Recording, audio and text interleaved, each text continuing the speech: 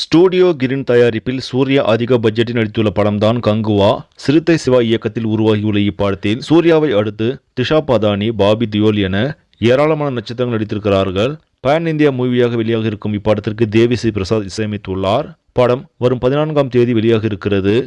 10,000 ஸ்கிரீன்களுக்கு மேலாக கங்குவா படம் ஒளிபரப்பாக இருப்பது ரசிகர்களுக்கு மிகப்பெரிய சந்தோஷமாக உள்ளது.